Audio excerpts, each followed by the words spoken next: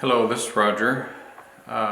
Just like to talk a little bit with you today about some things that have seemed important to me over the years, and really kind of discuss the ordinary business of getting along in the world. I've called it the art of living. I think living can be kind of an art, and thankfully we are the author, we're the primary author of our own story. So it's kind of up to us. Years ago, read a deal from Socrates talking about the unexamined life is hardly worth living.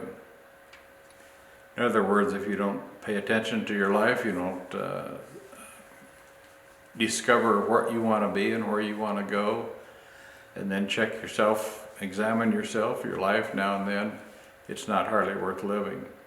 In fact, 10, 20 years go along, you're still bumping along, wondering what's up. So Socrates says the unexamined life is hardly worth living. So let's examine our lives. Just a little bit of background on myself. I came from a business background. Actually, it was a family-owned business. When we sold the company in 2014, we had about 220 employees. We were doing $80 million in sales and shipping product to about 50 some countries, typically every year. Our mission statement was to serve our stakeholders with excellence, integrity, and respect, and in the spirit of God's love, we will be authentic with one another. So that was kind of the basic tenet of the culture we were trying to develop, so that we could get along with the ordinary business of doing business. And a big part of that, of course, goes along with how we do our own personal business. One thing we liked in business was we didn't talk much about a job description. We talked about a role description. A job to me seems more like taking out the trash, mowing the lawn, or something. A role description to me is a higher level discussion. We want you to come play a role in helping us become the company that we want to become. And oh, by the way, here's our description, here's our thinking of what we want to become as a company. So, and Mike Rowe, the Dirty Jobs guy on TV, you maybe have seen or heard, remember him. He says, happiness does not come from a job. It comes from knowing what you truly value and behaving in a way that is consistent with those beliefs. So the belief part of it, the culture part of it, I think that's what the art of living consists of. So it's important to develop a culture in any organization or in any family as far as that goes. Culture is always more important to me than strategy as far as business thinking. So the values you have, you need to kind of think in terms of what you want to stand for, what you won't stand for, who are you, and who are you becoming. That's a big one. Not only who you are, examining your life, but who are you becoming. That's important. Think through those kinds of things. We want to live on purpose rather than by accident. And I think where that discussion begins is with our solar system. Did that happen by accident? Was there a Big Bang? That all sounds kind of silly to me. It's hard to believe logically that our solar system happened by accident. If not by accident, likely for a purpose. And by the way, the Big Bang thing and whatever else, the solar system, where did gravity come from? Where did that evolve from?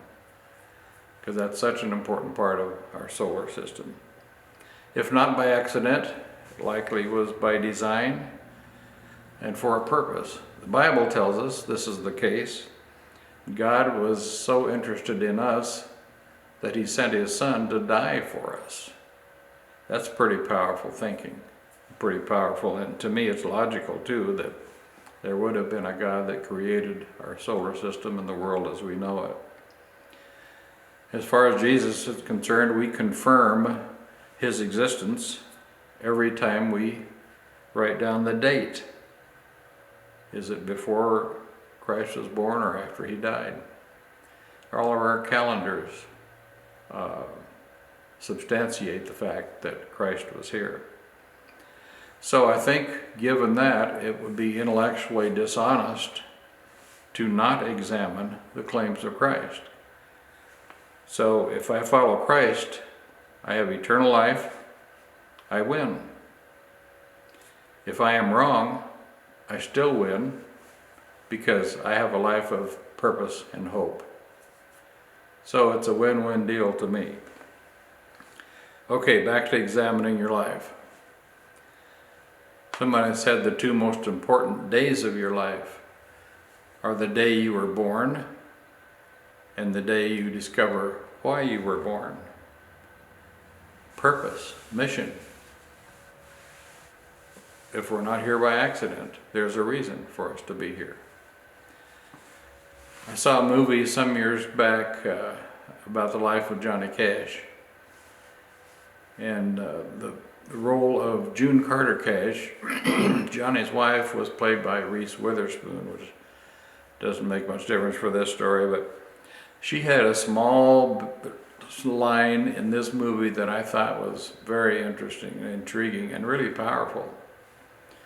At some point, June Carter Cash said, as Johnny Cash's wife, "I'm just trying to matter." And that's such a simple little statement, but I think it's powerful. What if we were all trying to matter?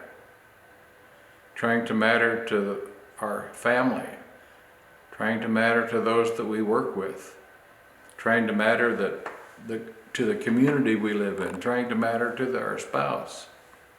That's powerful. Just trying to matter. And that's a big part of getting along in this world, is trying to matter and being of value. And thankfully, you and I are the primary authors of our lives. Do you like the way your story seems to be going? Do you like the way your story likely will end? If not, you have an opportunity to change, to redirect, and to, again, use examining your life as a part of that. What kind of a contribution are you going to make with your life? And again, it's not nearly as important who you are as it is who you're becoming. Are you becoming the person you want to become? Any choices you make change your future. And really there's kind of two basic primary choices to your life. The choices are to accept things the way they are, or take on the responsibility of changing them. So we have opportunity. So what is important is what we do, how we do it, why we do it. Purpose. And someone also has said, and I think it's probably true, you become the average of the 5 people you spend the most time with, and the people you meet, and the books that you read. The people you meet and the books you read. So be careful and examine what's going on in your life. Again, it's not nearly as important who you are as it is who you're becoming. What's the most important, success or significance? That's kind of a big one. And really the most important thing in life is deciding what's the most important thing in life. That's of course a really big one, and you are by far your biggest asset. So how are you going to manage? How are you going to utilize? How are you going to multiply? How are you going to make a significant contribution in your world? That's the opportunities that we all have. You are, in fact, creating your destiny by writing your story and by living the way you want to live, and by examining your life to see that things are happening that you want to happen.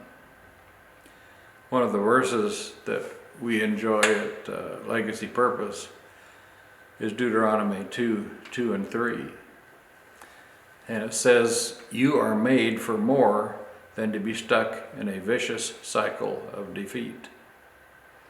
You have circled this mountain long enough. Now turn north." In other words, quit fussing. This was God talking to Israel when they'd been in the desert wandering around for 40 years. He's saying, you don't need to live this life of defeat. Come on, you've circled this mountain long enough. You've walked around this desert long enough. Now turn north. Let's make something happen. Let's decide what we're going to do and move forward. Let's turn north. So we really need to live a life in order to leave a legacy of purpose and hope. It's your call. You are the primary author. Thanks.